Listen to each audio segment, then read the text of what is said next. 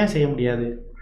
சில நேரங்கள் அது எமோஷனல் கம்பல்ஷனில் நமக்கு ஒரு காரணம் தெரியும். ஓகே, ஏன்னா இந்த விஷயம் இருக்கிறனால இவங்கள நல்லவங்கன்னு நம்ம சொல்ல வேண்டிய கட்டாயம் இருக்குது. இவங்க கூட சேர்ந்து வாழணுங்கிற கட்டாயம் இருக்குது. அதனால இவங்க சொல்கிற விஷயத்தை எல்லாத்தையும் அட்ஜஸ்ட் பண்ணுங்கிறது இருக்குது. லாஜிக்கலாக பார்த்தா அதை அக்செப்ட் பண்ணுங்கிற அவசியம் இல்லை. ஆனாலும் அதை அக்செப்ட் பண்ணணும்னு நம்மளை நாமளே வந்து கம்பல் பண்ணிக்கிறது. That's how it is. Emotional ஓரியன்டாக எந்தெந்த இடங்கள்லாம் வந்து லாஜிக்கலாக நீங்கள் பார்க்கும்போது இதுக்கு இதை பண்ணியிருக்கலாமே, ஏன் அவங்க பண்ணல அப்படின்னு நீங்கள் யோசிப்பீங்கல்ல பொதுவாக மற்றவங்கள பார்க்கும்போது.